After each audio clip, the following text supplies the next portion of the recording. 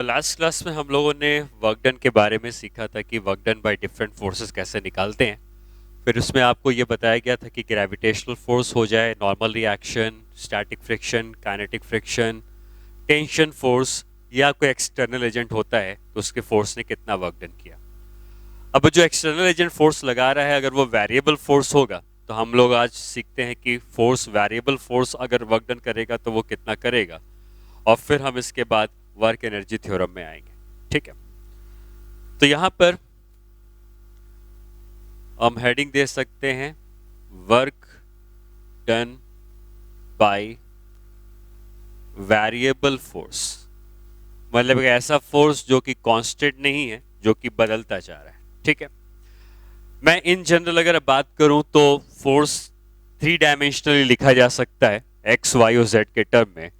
तो अगर आपको कोई फोर्स लिखा है force is equal to F X I cap plus F Y J cap plus F Z K cap, मान लो ऐसा कोई फोर्स लिखा है और ये पूछता है कि ये फोर्स कितना वर्क डन किया। अगर ये दिया है कि particle moves from x1 y1 z1 to x2 y2 z2, ठीक है, अगर पार्टिकल यहां से यहां तक मूव किया तो इस फोर्स ने कितना वर्क डन किया।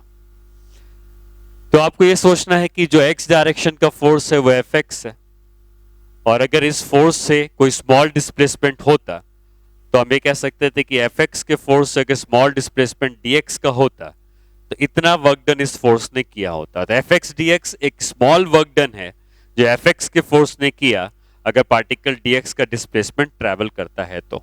ठीक है, उसी तरीके से हम ये कह सकते हैं कि Fy dy ये y के फोर्स ने वर्क डन किया जब dy का डिस्प्लेसमेंट है, और Fz dz हो जाएगा z का किया हुआ, z डायरेक्शन के जो फोर्स लगा उसने वर्क डन किया। क्योंकि फोर्स वेरिएबल है तो हमें यहाँ पे इंटीग्रेशन करना होता है, और फिर हम इंटीग्रेशन करके ये सबको जोड़ देते हैं तो टोटल वर्क डन आ जाता है। ठीक है, अब इंटीग्रेशन करके जोड़ने का मतलब dx में x कहां से कहां गया, पार्टिकल x1 से x2 के कोऑर्डिनेट में गया, तो आप x1 से x2 तक इंटीग्रेट कर दोगे, इसको y1 से y2 तक इंटीग्रेट कर दोगे, और उसको z1 से z2 तक इंटीग्रेट कर दोगे। तो इस तरीके से आप पता लगा सकते हो कि पार्टिकल अगर एक कोऑर्डिनेट से दूसरे कोऑर्डिनेट में गया है और इस फोर्स ने उसको एक कोऑर्डिनेट से दूसरे कोऑर्डिनेट तक ले गया है तो इस फोर्स का जो वर्क डन होगा वो इसके बराबर होगा। बस कंडीशन इतनी है कि ये फोर्स कंजर्वेटिव होना चाहिए। आगे चल के हम देखेंगे कि कैसे पता लगाते हैं कि फोर्स कंजर्वेटिव है या नॉन कंजर्वेटिव है, लेकिन अभी हम ये मान के चलेंगे कि मैं जो भी आपको क्वेश्चन दे रहा हूं वो कंजर्वेटिव फोर्स का ही होगा, और कंजर्वेटिव फोर्स का अगर है तो वर्क डन इस तरीके से निकाला जा सकता है। ठीक है, तो एक सिंपल इसके ऊपर एक क्वेश्चन करके देख सकते हैं। क्वेश्चन ये है कि a particle is acted upon by force F is equal to X square I cap plus Y J cap plus 2k cap, full stop. If the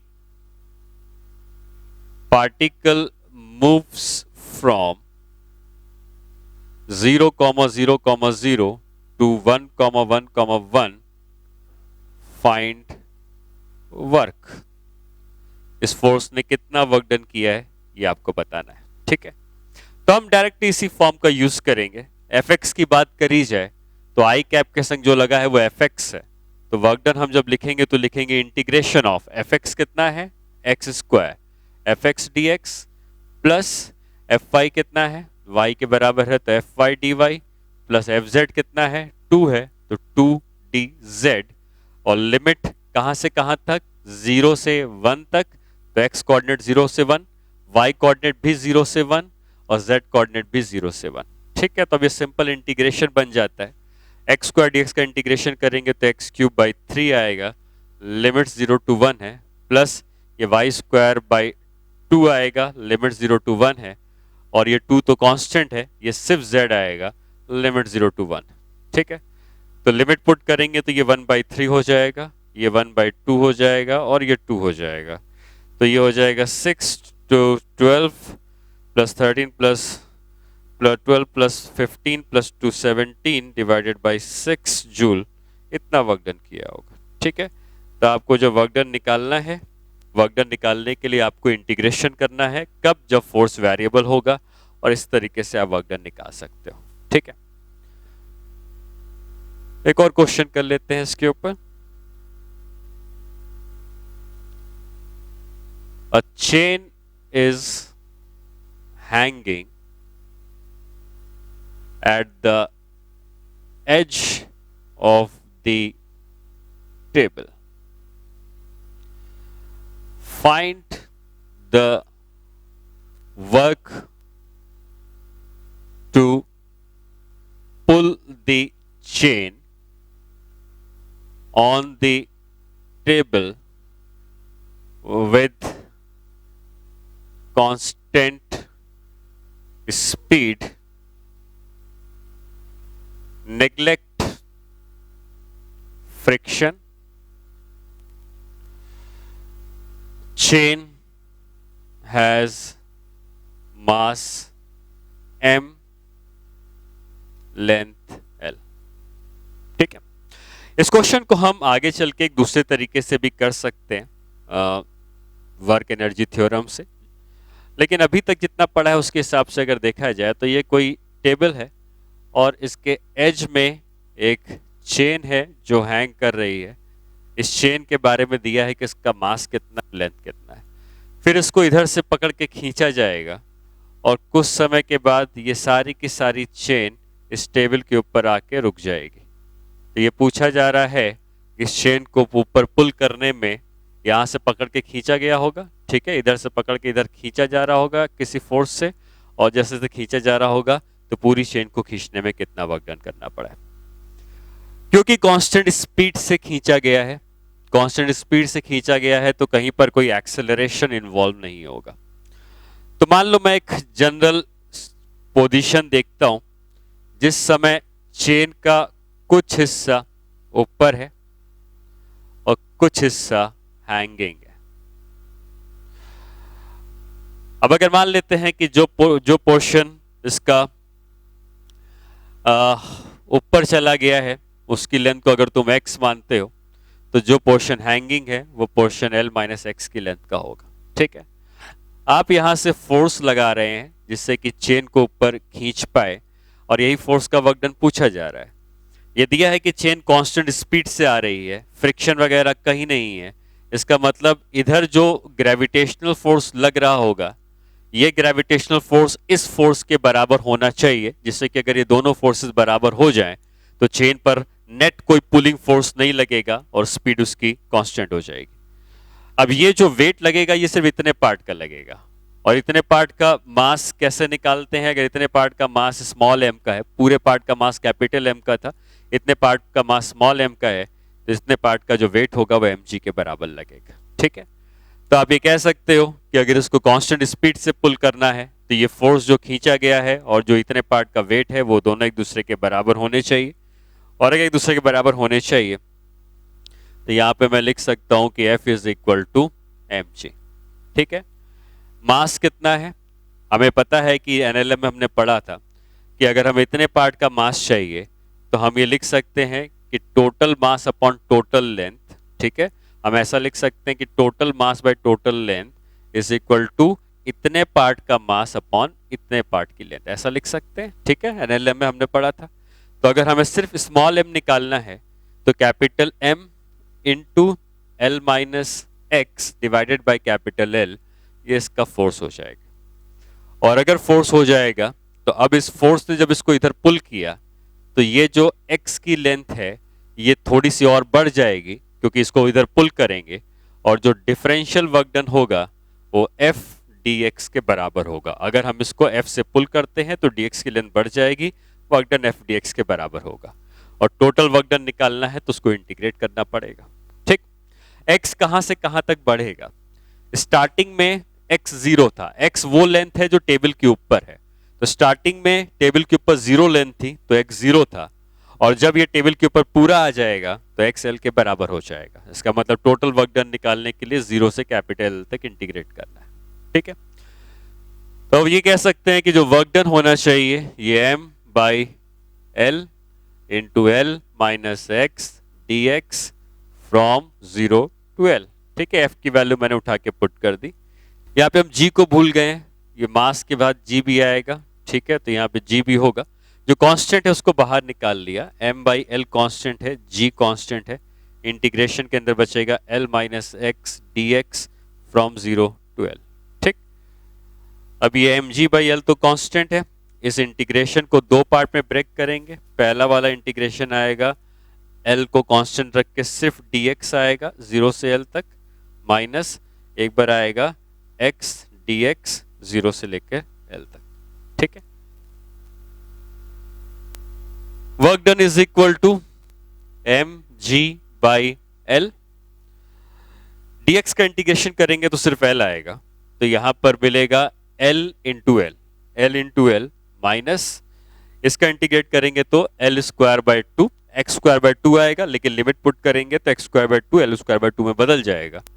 तो वर्क डन हो जाएगा mg divided by L, bracket में L square minus L square by 2, तो ये हो जाएगा work done is equal to mg by L square by 2। तो ये वर्क डन कहा जा सकता है mg l bye 2।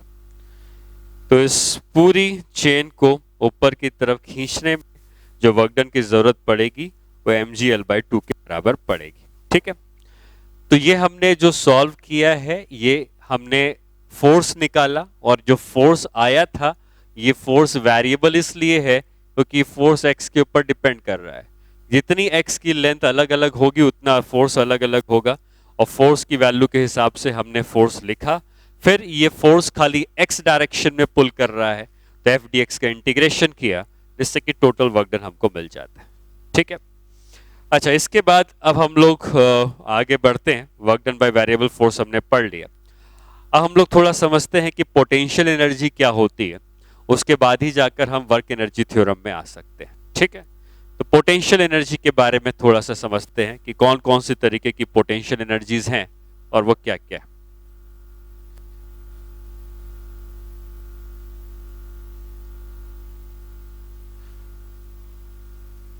Potential energy एक तरीके की ऐसी एनर्जी होती है जो कि किसी भी सिस्टम की या बॉडी के शेप के, साइज के, कॉन्फ़िगरेशन के, इन सारी चीजों पर डिपेंड करती है। ठीक है, जैसे मान लो स्प्रिंग है, हम उसको दबाएंगे तो एनर्जी आ जाएगी, खींचेंगे तो एनर्जी आ जाएगी। हमारे पास एक टेनिस बॉल है, उसको अगर हम जब कंप्रेस करेंगे तो उसके अंदर भी एक पोटेंशियल एनर्जी स्टोर हो जाती है। एक रबर है, उसको जब खींचते हैं तब भी उसके अंदर एक पोटेंशियल एनर्जी स्टोर हो जाती है। एक मास है जिसको हम ऊपर फेंक देते हैं, तो जैसे जैसे उसकी हाइट बढ़ती जाती है उसके अंदर भी एक पोटेंशियल एनर्जी स्टोर हो जाती है। दो चार्जेस अगर होते हैं, वो दोनों एक दूसरे को जब अट्रैक्ट करते हैं या रिपल्शन करते हैं तो उनकी भी आपस में कुछ पोटेंशियल एनर्जी होती है। तो पोटेंशियल एनर्जी बेसिकली एक ऐसी एनर्जी होती है जो कहीं ना कहीं कंजर्वेटिव फोर्स के वर्क डन से रिलेटेड होती है। मैं अगेन बोल रहा हूं कि इन सब चीजों को हम बाद में देखेंगे कंजर्वेटिव फोर्स के बारे में जब मैं बताऊंगा, बट आप ये समझ सकते हैं फिलहाल कि जो भी कंजर्वेटिव फोर्स होते हैं उन कंजर्वेटिव फोर्स के वर्क डन से कहीं ना कहीं एक एनर्जी आ जाती है। इस एनर्जी का नाम हम लोग पोटेंशियल एनर्जी देते हैं। ठीक है, एक बात और समझते हैं कि पोटेंशियल एनर्जी एक रिलेटिव टर्म होता है, मतलब ये एब्सोल्यूट वैल्यू हम इसकी नहीं बता सकते। एब्सोल्यूट वैल्यू नहीं बता सकते हैं कहने का मतलब, मैं अगर आपसे ये पूछूं कि जैसे आपने ग्रेविटेशनल पोटेंशियल एनर्जी को सुना ही होगा, तो अगर मैं कहूं कि एक ब्लॉक है जो h की हाइट पे है ग्राउंड से, उसकी पोटेंशियल एनर्जी mgh आप लिखते हो। ठीक है, लेकिन अगर कोई दूसरा इंसान है, कोई दूसरा पर्सन है, वो कहता है कि उसकी हाइट मैं ग्राउंड से ही क्यों नापूं, मैं उसकी हाइट जो है मैं फर्स्ट फ्लोर से नापूंगा, वो ब्लॉक जो भी ब्लॉक है उसकी हाइट फर्स्ट फ्लोर से नापूंगा, और उसके हिसाब से फिर हाइट अलग अलग आएगी।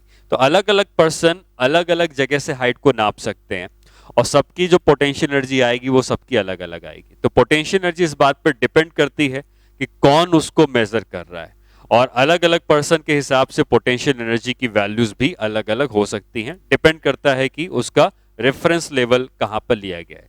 अब रेफरेंस लेवल क्या है? रेफरेंस लेवल वो लेवल है जहां से हम ग्रेविटेशनल पोटेंशियल एनर्जी को मेजर करेंगे, ठीक है।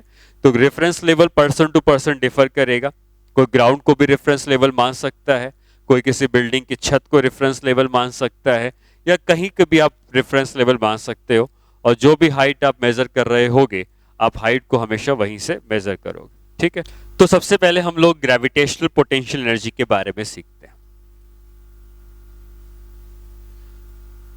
ग्रेविटेशनल पोटेंशियल एनर्जी इस चैप्टर के लिए जितनी जरूरत है उतना ही हम समझेंगे, क्योंकि ग्रेविटेशन एक अलग से चैप्टर है और उसमें हम लोग डिटेल में समझते हैं कि ग्रेविटेशनल पोटेंशियल एनर्जी एक्चुअली क्या है।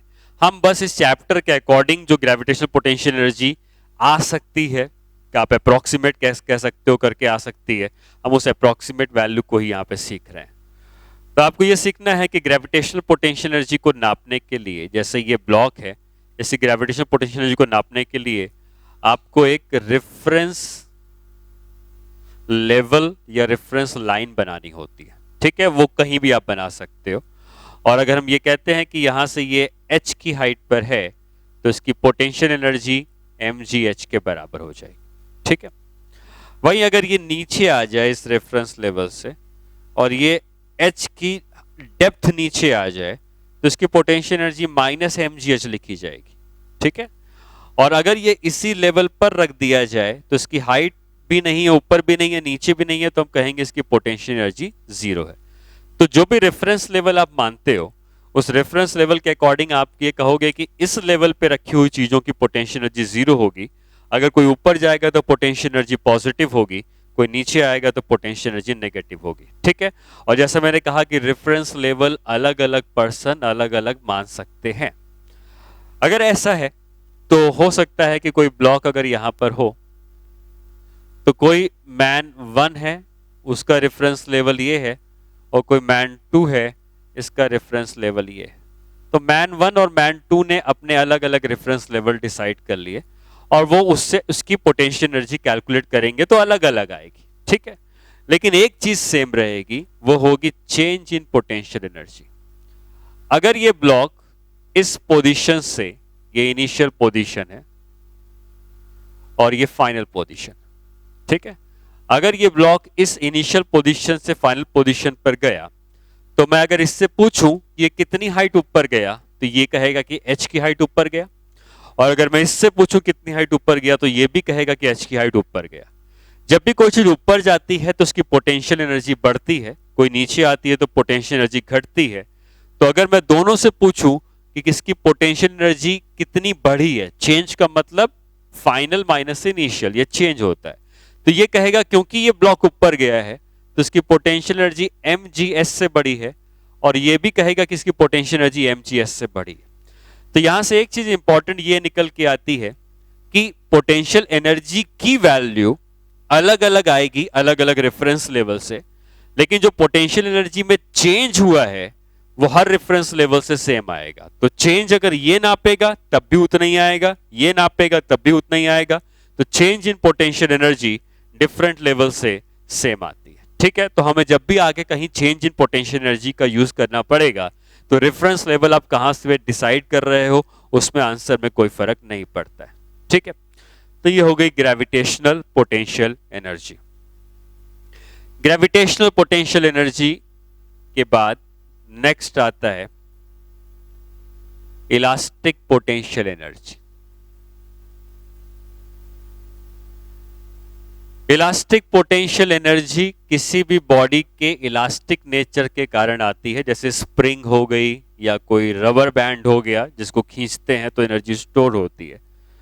और वो इलास्टिक पोटेंशियल एनर्जी अगर हम बात करते हैं किसी स्प्रिंग की, तो स्प्रिंग अगर एक स्प्रिंग की एक नेचुरल लेंथ होती है, स्प्रिंग की नेचुरल लेंथ, अगर आप इसकी नेचुरल लेंथ से इसको बढ़ा देते हैं, मान लो मैंने x यहां से यहां तक बढ़ा दिया, ठीक है, या अगर आप इसकी नेचुरल लेंथ से इसको घटा देते हैं, ये नेचुरल लेंथ से मैंने इसको यहां पे x घटा दिया, तो आप स्प्रिंग की लेंथ को जब बढ़ाते हैं या घटाते हैं तो स्प्रिंग के अंदर एक एनर्जी स्टोर हो जाती है, और जो स्प्रिंग के अंदर एनर्जी स्टोर होती है उसको हम कहते हैं इलास्टिक पोटेंशियल एनर्जी, और उसका फॉर्मूला होता है हाफ के एक्स स्क्वायर। ठीक है, तो ये पोटेंशियल एनर्जीज हैं जो हमें यूज करनी है। ये कैसे आई हैं इनका भी एक तरीका होता है निकालने का, जो कि कंजर्वेटिव फोर्स के वर्क डन से कहीं ना कहीं रिलेटेड होता है। तो मैं जब कंजर्वेटिव फोर्स का वर्क डन बताऊंगा तब मैं आपको ये बता दूंगा कि ये कैसे आ रहा है। मैं रिलेशन अभी बता दूंगा कि कंजर्वेटिव फोर्स और पोटेंशियल एनर्जी में क्या रिलेशन होता है, लेकिन इसका जो प्रूफ है वो आगे हम लोग सीख सकते हैं। ठीक है, तो आप ये समझिए कि इलास्टिक पोटेंशियल एनर्जी हाफ के एक्स स्क्वायर है और ग्रेविटेशनल पोटेंशियल एनर्जी mgh के बराबर होती है। ठीक है, और इलेक्ट्रिक पोटेंशियल एनर्जी जो होती है इसको अभी हम नहीं पढ़ेंगे, वो 12th क्लास का पार्ट है, हम उसको 12th क्लास में ही पढ़ेंगे।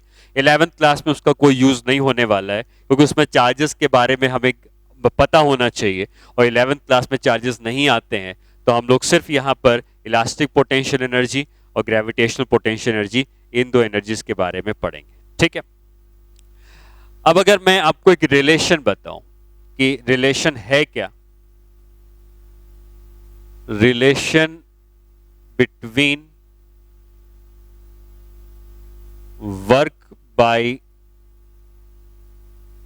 Conservative force and potential energy. ठीक है, इन दोनों में क्या रिलेशन है इसको समझना है।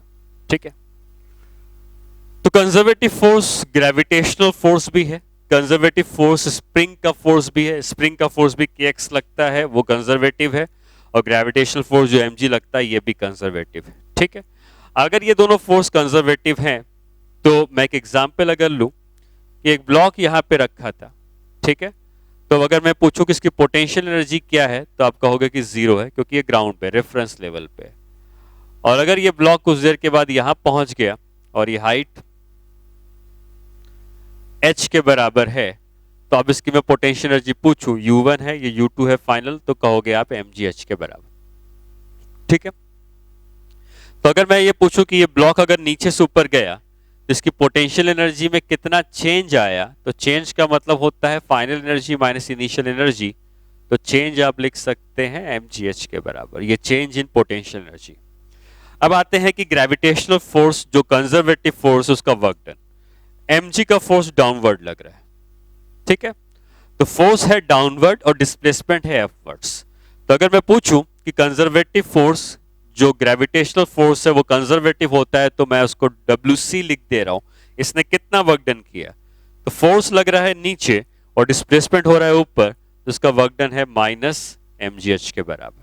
ठीक, और अगर हम इन दोनों को आपस में रिलेट करके देखें तो हम ये कह सकते हैं कि जो कंजर्वेटिव फोर्स का वर्क डन होता है ये negative of change in potential energy के बराबर होता है। ये एक इंपॉर्टेंट रिलेशन है जो कि हमें हर जगह पर यूज करना होता है, और वो ये कहता है कि WC is the work by conservative force. Conservative force कौन कौन से हैं मैंने आपको पहले भी बताए थे, gravitational force, spring force and electric force, और जो डेल्टा U है ये change in potential energy.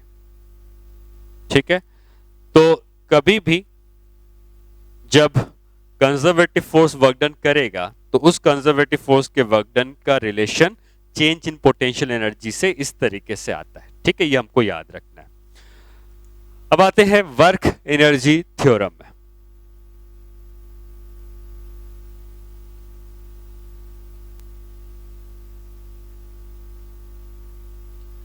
Work energy theorem के अकॉर्डिंग हो सकता है कि कई सारे फोर्सेस लग रहे हो, उसमें से कुछ फोर्सेस कंजर्वेटिव हो सकते हैं, कुछ फोर्सेस नॉन कंजर्वेटिव हो सकते हैं, डिफरेंट काइंड ऑफ फोर्सेस हो सकते हैं। तो हर फोर्स अपना कोई ना कोई वर्क डन कर रहा होगा। तो वर्क एनर्जी थ्योरम का ये कहना है कि जितने भी फोर्स हैं, वो जितने भी तरीके के फोर्स हैं, उन्होंने जो भी टोटल वर्क डन किया होता है वो टोटल वर्क डन उस सिस्टम की या उस बॉडी की काइनेटिक एनर्जी के चेंज के बराबर होता है। ठीक है, तो वर्क एनर्जी थ्योरम ये कहता है कि work by all the forces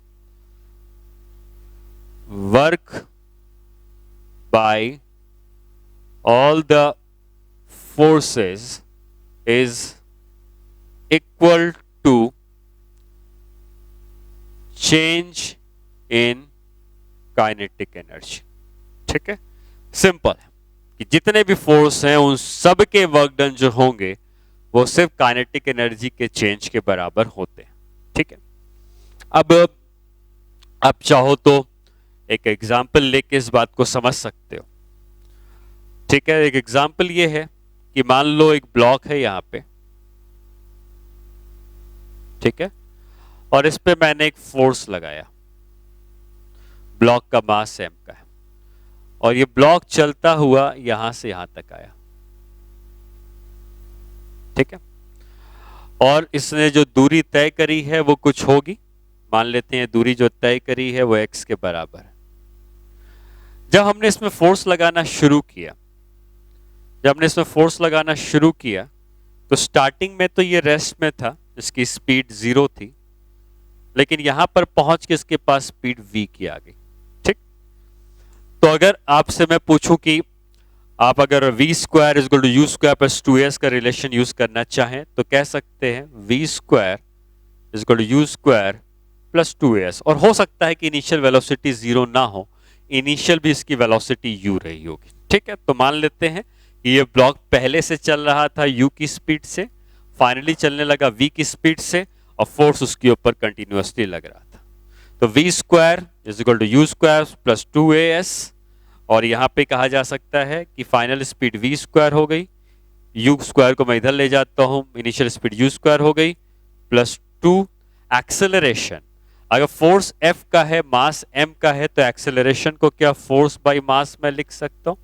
ठीक है, एक्सेलरेशन को फोर्स बाय मास, और u का इधर चला गया तो राइट हैंड साइड में ये बचेगा, और कितना डिस्प्लेसमेंट ट्रेवल किया है ये x के बराबर, ये लिखा जा सकता है। ठीक है, अब ये m इधर भेज देते हैं, 2 भी इधर भेज देते हैं, तो m इधर भेज देते हैं तो ये mv स्क्वायर हो जाएगा, और 2 नीचे आएगा तो हाफ mv स्क्वायर। उसी तरीके से m इसके पास भी चला जाएगा तो हाफ m u स्क्वायर हो जाएगा, और राइट हैंड साइड में क्या बचेगा, f इंटू एक्स।